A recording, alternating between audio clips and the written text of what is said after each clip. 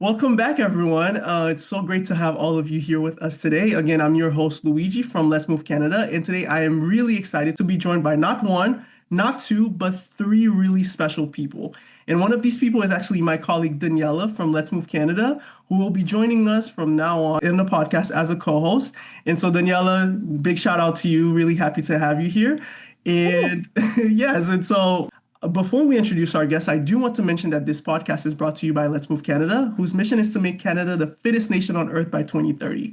Founded by John Weston following the 2010 Olympics, Let's Move Canada continues to inspire Canadians from coast to coast to move more, feel better, and build healthier communities together.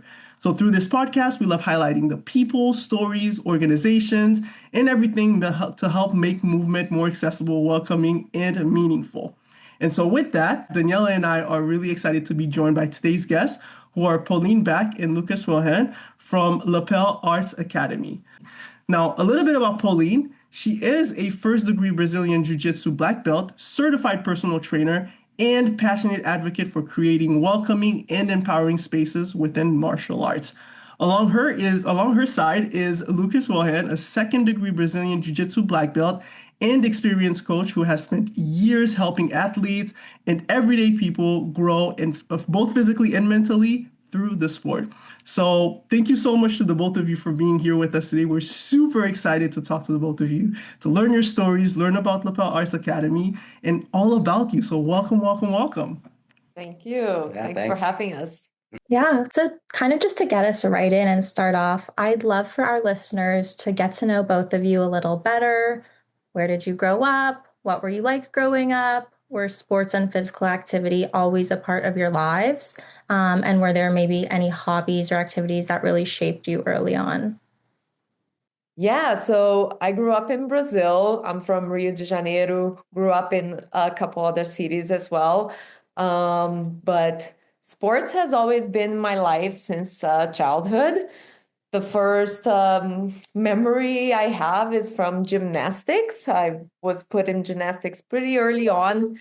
And then I followed up with like swimming, volleyball, all sorts of things. I actually started like weightlifting very early too. I was like 15 years old, still as a teenager. And it's something that I carried on until today, right? And I'm a personal trainer as well nowadays. So, and then jujitsu, I only came across already as an adult. I was about 22, 23 years old. But yeah, definitely growing with sports in my life have a huge impact in like nowadays doing sports as like my livelihood, right?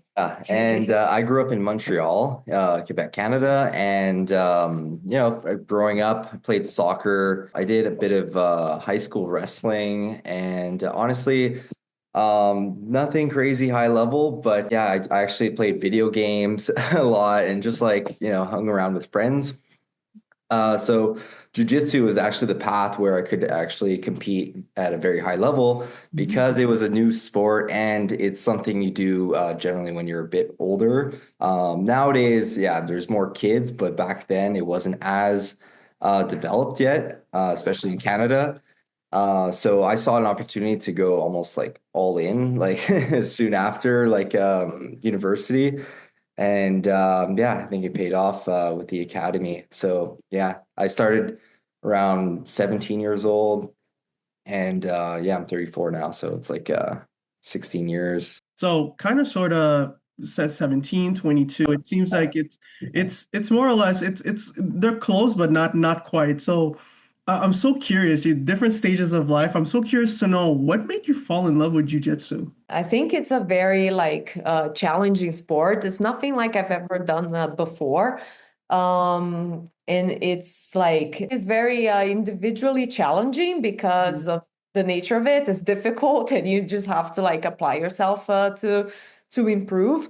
But at the same time, it's still like a team sport feeling because you definitely need partners to train with. And so, I think that's something that catches a lot of people for the same reason, it's like the community environment, while you can still like pursue like your own development and like kind of like, selfishly think about your improvement, Mhm. For me, it was like I was just immediately in love with it since like day one in jiu-jitsu. I was like, oh yeah, this is very fun. This is like nothing else I've practiced. Mhm. So it was like, yeah, never turn back. No, it sounds like a lot of fun. What about you, Lucas? Um, so it was an individual sport, and I always liked fighting and wrestling.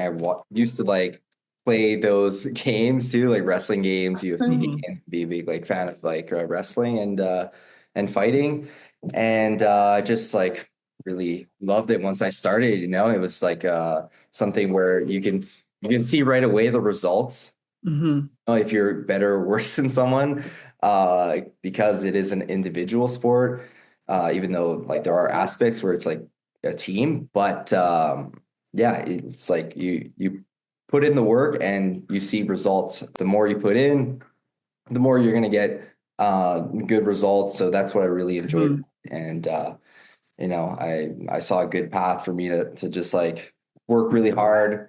You can study outside the gym, write notes. There's just so many like ways, especially nowadays, to learn it. And Yeah, I just fell in love, and I find it more like a chess match. It's not only like physical; you can use your Mhm. and be pretty creative. And yeah, it's just so fun. It's like play fighting, pretty much. There's a lot of strategy involved even. I think it's really cool as well because unlike myself who like to play Mortal Kombat, for example, right? You actually made the transition from video game to real life fighting. I can only watch YouTube videos and just think, wow, this is so cool. Everyone, it looks so impossible, but here you are. You kind of, you were playing the video games, you like to explore these things and you went out and you did it. So I think that's really cool. Yeah. Yeah, just, we've been talking about Brazilian Jiu-Jitsu so much, but before we really, dive into it, in case there's people who don't really know anything about it, just how would you describe it in your own words?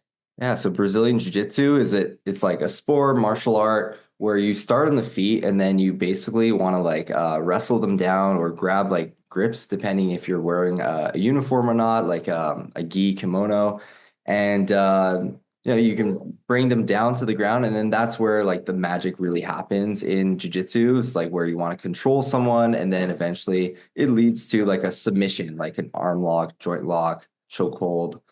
So yeah, it's very applicable to like self-defense, and there's a whole sport surrounding it, where there's a lot of different rule sets. Yeah, there's no striking at all. So it's just like grabbing, wrestling, and pinning and submission. So if you get put in a submission, you can tap and say you're done anytime. So it's just like it's relatively safe, right? And on the ground, there's impact as well. It's a beautiful martial art. So people call it like the gentle art I was because it gonna say is that. low Yeah. impact as well. Yeah. Tell me a little bit more. What does the gentle art mean? Just Okay. that, like, because there is no striking, so it's all Okay. like based on control, and it's very technical and controlled rather than like compared to striking combat sports like boxing or Muay Thai, Okay. where it's like pretty violent in a way, Right. right? Like, or that's what it seems like for a viewer. So jujitsu is way more like controlled and it's grappling. So that's why it's described as the gentle Yeah, art. you use leverage to your advantage. So usually like the structure of your body or the structure of your opponent's body to Uh-huh. do a move to like isolate their their body, and then one of their limbs, and then eventually Yeah. you get the submission. And jiu-jitsu is known for the possibility of a smaller opponent to be able to submit a bigger opponent Right. on those leverages, right? So it's all about technique and actually using your opponent's weight and the way they are distributing their weight against them. So Uh-huh. it's like we kind of go with what they give you, and Right. that's why like a smaller person would be able to like win against a bigger person who doesn't have also the same level of knowledge, right? Because there's Right, that right, right. too. Yeah. No, that makes a lot of sense. And as you were explaining it, that's kind of what I started thinking about. It's redirecting someone's force, like their power in a different way so that you use it to your advantage. right? Yes. So no, that makes a lot of sense. And it sounds like you've been able to take all of these learnings from your love to doing it professionally to understanding the whole mentality. As I hear you both speak about it, it's a mentality, it's a mindset thing. It sounds like you've been able to take it and create something together. So, and that something is Lapel Arts Academy. So, very curious if you could tell us a little bit more about the academy, your vision for it, and the kind of atmosphere and community you hope to create when you opened it. I think our vision, it was like to bring jujitsu to people the same way that we experienced jujitsu in our lives, right? It was very like transformative and beneficial for us, and we kind of wanted to extend that to our community. And so we want to be like a place for people to come after, their work, if they're Mhm. stressed, if they have things going on in their day, they come to our gym and this is their good time, right? This is their time to relax, to do sport, to like put their mind and focus into this specific thing, jujitsu, Mhm. like have this moment for themselves. So this is like what we want to create. What we have in our gym is like positive, supportive, healthy environment. Mhm. Can come and just have good training. What else? Really. And Yeah. it's we also have like a competition team, so we'd like to promote a bit more the competition. So it can be a hobby, but it can also be something a bit more serious, where Right. trying to push yourself and get motivated to go and compete and do something like that's difficult and very rewarding, and we see like so many great things from that. And do you both do it in terms of you've just described two kind of different categories. Do both of you do a little bit more of the relaxing, or you both of you competing, or either of you competing? Like, where are you right now on your journeys? We're both Yeah. competitors, yeah. So Yeah. still competing, yeah. But yeah, competition is definitely an aspect of our gym, but it isn't for everyone, right? So a lot of people just come in for hobby and for that to have the community, to have their time.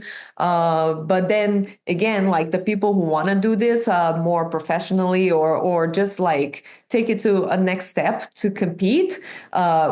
We are there to support them, and it's Mhm. like it's what we do as well. Like we want to lead by example too, by doing ourselves. Um, and it's yeah, it's like one more step into um, improving yourself through the challenges doing competitions for sure. Yes, like we have competed like all over, like Europe, Brazil, and Yeah, in the US a US, lot. Canada. Yeah. So we have a lot of experience, and we can like pass down that knowledge to the students, and hopefully one day they can go and do those same things as well.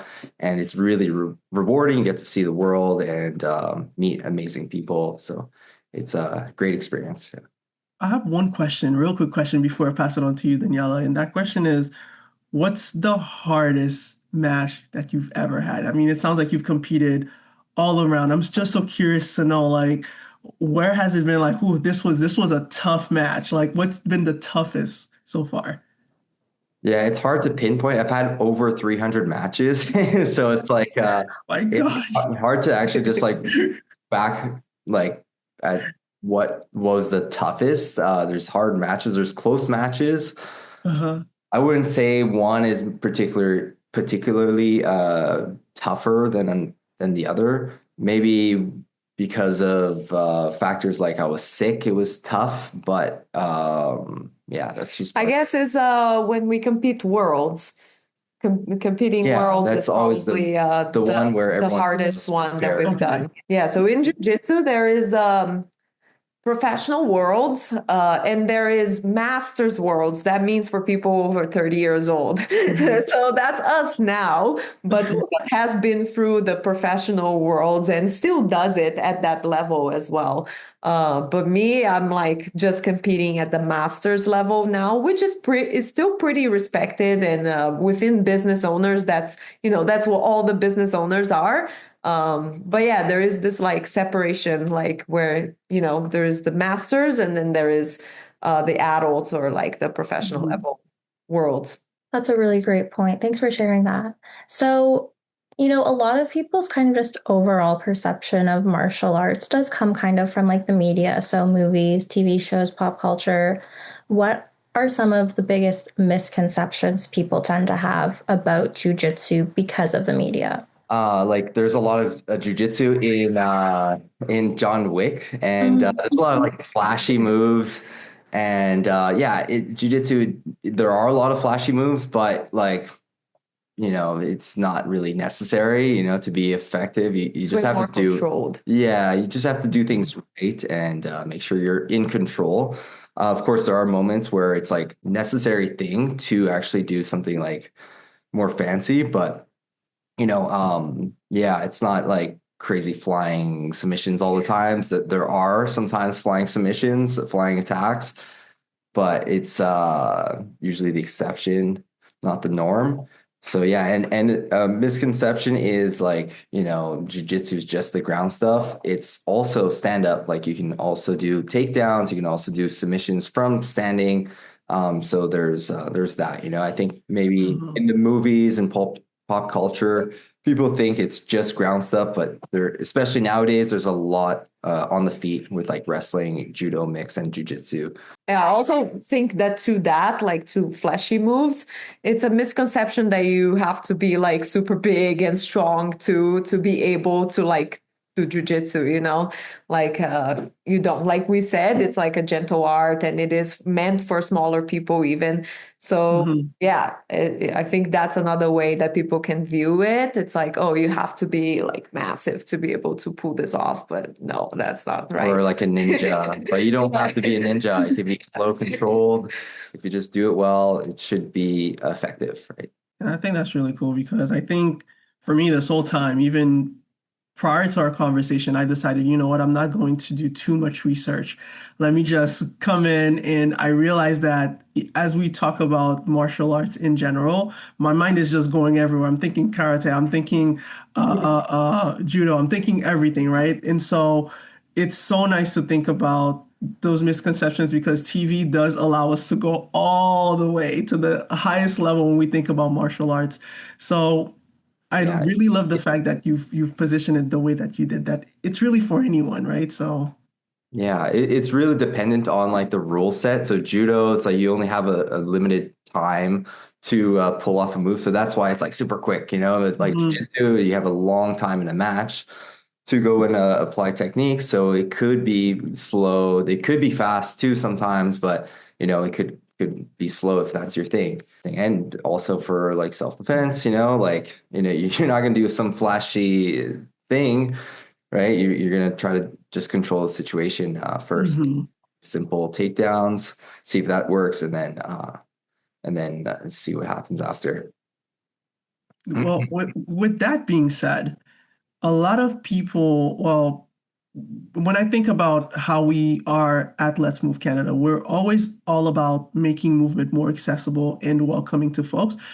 Pretty much what Lapel Arts Academy is all about. So, what would you say to someone who's curious about trying Brazilian Jiu-Jitsu, but they feel nervous, intimidated, or they think I'm not athletic enough, I don't have what it takes? Like, what would you say to those people, to those folks? Yeah, so I think a first step would be to like find a gym, like do some research in your area and find a gym that you can see if they have like a class structure, like a structure for beginners to come in, like we do. So for example, a person come into to our gym, you don't require any experience at all because the way we put the class, like anyone can join in. We do like game-based training. So even if you don't know anything about jiu-jitsu, but you're able to understand the rules of that mini game and still like play it, right? And that's like doing jiu-jitsu without even realizing almost. Mhm. So that's how we do it at our gym, for example. So we have this like structure of classes that allow beginners to just come in and also like we don't pressure anyone to go beyond their limits or anything like that, right? Especially the beginner, we respect their pace, right? So they can take it at their own pace. So I think, if someone is intimidated, it's just a matter of finding a nice place to go where it's like beginner welcome. Also, you can look at it up on YouTube and stuff, and like, be already a little bit more prepared. I think that that's something that beginners sometimes, they're afraid to go into it because they just don't know too much of it, how it is. But if you just look it online a bit, there's so much content on jiu-jitsu out there that like you can see, oh, okay, that looks like I could do that, Yeah, I was just gonna add, like, it really depends on the environment. You could just start, and you can get in shape as you go as well. Like anyone can just do it. You can just see if the environment is good for you. You can always say no to things. You can sit out rounds. You can just go in, have no expectations, see what you can do, and then see if you want to continue in that environment. So hopefully you find some good leaders, and then you can start and you find a good gym or academy, and then things go great. So just try it out, see if it's for you, and try to have fun doing it. Yeah. Yeah, I was going to say, I feel like I want to try to do it. But I do think that kind of also, it's like, maybe I don't think I'm the most athletic person, but kind of as we've really talked about so far, it's not just about, being the biggest person on the mat, but it's also, mentally and like emotionally transformative. So have you seen jujitsu really impact your confidence, discipline, stress, or your just overall mental well-being in yourselves or even in your students? Yeah, Yeah. 100%. Yeah, Yeah. 100%. Yeah, you can definitely just like after a session be more calm, more relaxed. It affects you immensely. To just be like present and and happier after a class, just like any workout really. But I think especially for jiu-jitsu because you use so much of your body and your brain at the same time. And yeah, it's a blast. Yeah, I think that that's something that is very particular to jiu-jitsu in comparison to other sports. I mean, every sport there is this like body and mind connection for sure, but I think in jiu-jitsu that's very relevant because it's like we said, it's like a chess match, right? So we have to problem solve so much and at the same time execute that physically. So you really have to focus on a very high level. While like sometimes other sports, you still have your mind going to other things while you are, doing this activity. But in jiu-jitsu, that's pretty hard to do, because if you just lose your focus, then you're gonna be in a tough position, and then you're gonna immediately have to focus again in the sport. So that's why it's such a body mind connection like that, and with that comes like all this growth in terms of resilience and problem solving and yeah, and just achieving this like more calm after you do it. Yeah, all those things. Yeah, really, really cool. And so with hearing the both of you talk about this, it sounds like something that I hear in general about physical activity. And so it's nice to see that that happens with jujitsu as well, because in the fact that it's also a gentle sport really does make a lot, it paves the way for that. And so I'm curious that, I'm sure over the years you've met many different people through the academy and even through your own journeys. Are there any student stories or transformations that have really stayed with you or reminded you of why you do this work? Yeah, I think 100%. With me, particularly women and kids is where it's like I observe that a lot. Some women, when they first come to jujitsu, they're like so scared and shy to even just get the close contact that jujitsu is, right? They don't even want to touch me so much. And then, a few months after doing it, it's really, you can really tell the difference on like how they grew confident in their own body to move, or to try hard, which is something that they were afraid of before. I think it brings up like a fighter side in women that it's there, a lot of the times, but it's not, they need something like jiu-jitsu for it to come to surface. So yeah, I have like a few stories. I have like a student that was pretty much like that, like very shy at the beginning, and now she's in her third trimester pregnancy, and she's still doing jiu-jitsu. Of course, like very like adaptive, but it's just so cool how, even through a major thing like that, like a pregnancy, she's still super like connected to jiu-jitsu, and she still makes this a part of her well-being and a part of her like physical activity at this point, right? So yeah. And then with kids as well, kids is something that we observe that a lot too, because a lot of the kids, they don't want to even participate. They cry in the class. They're very shy. And then within like a few months, if the parents insist on it, because that's another thing, like it takes time, right? It takes time for kids to develop. And so a lot of the times parents just be like, okay, this is not for them. And I feel like, oh no, just give it a chance, like you will see it. But when they do give it a chance, like we can see, a kid that at the beginning was so shy and barely talked to the others or anything like that, and now they are like leaders in the class. They are like literally teaching the other beginner kids, and they even teach like not only jiu-jitsu techniques, but they'll teach things like, oh, you have to raise your hand to speak, like things that we say to them, and then they like are able to repeat and put themselves in like a leadership position like that. So it's really amazing. And yeah. Yeah, and then for me, I guess like I mean, a lot of the issues you can also relate that to men too. Some people are just like super shy, and then you see them get more confident and through jujitsu, and that's amazing. I think the most rewarding for me is when I see students like challenge themselves with competition, and then you just see them, like get so rewarded, especially if they win, and yeah, it's just amazing to see, like see them accomplish something. So we had a couple students now actually win the world. So it's it's Really pretty cool. amazing. The Masters of the Worlds. Yeah. Really, really Oh cool. my gosh. And I have to ask, like, I know we covered some of this already, but what classes do you offer and what are the age groups? So we start at 5 years old for the kids. So we have kids, and then we have the older kids, the juniors. And then for kids is only gi class, so with the kimono, the traditional Brazilian jiu-jitsu. And for adults, we have no gi and gi jiu-jitsu. So Yeah, and ranges from like 15 years old to we even have like some 6-year-olds, but like Nice. mainly 30-year-olds or like mid 20-year-olds. That's very, very cool. And congratulations on some of your students, being champions. That's so awesome. yeah.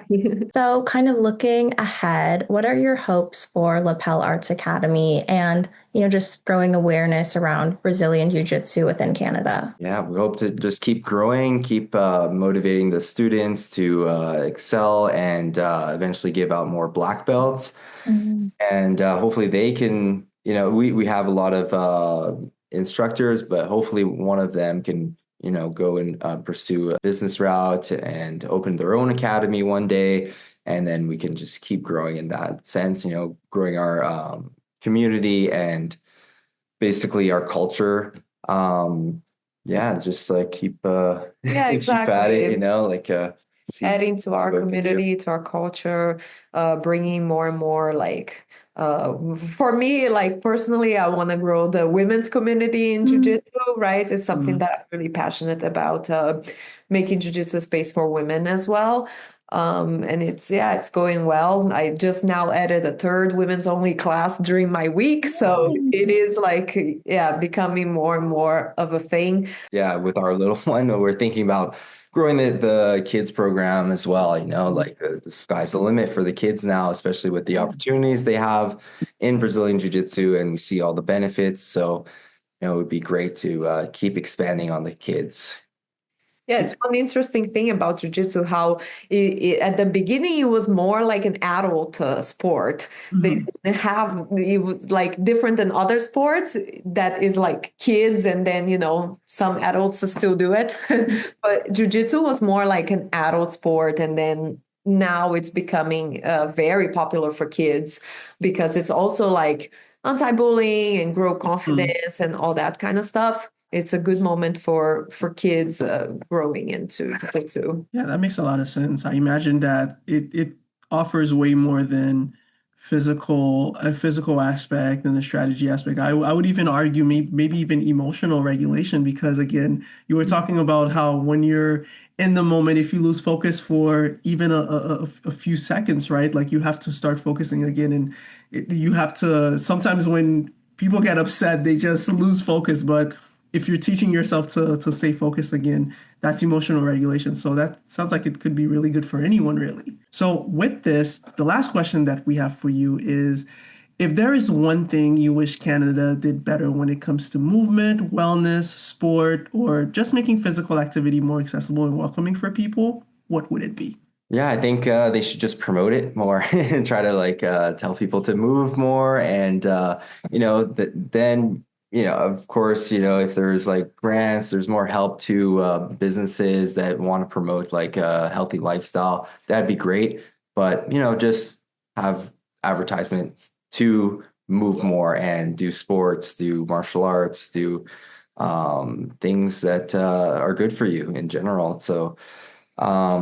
Yeah, especially on the movement side. Yeah, making Yeah. it available. Here in Vancouver, I find the community centers are actually doing a good job in terms of that. Like there is a lot of available programs for both kids and adults in terms of sports and movement.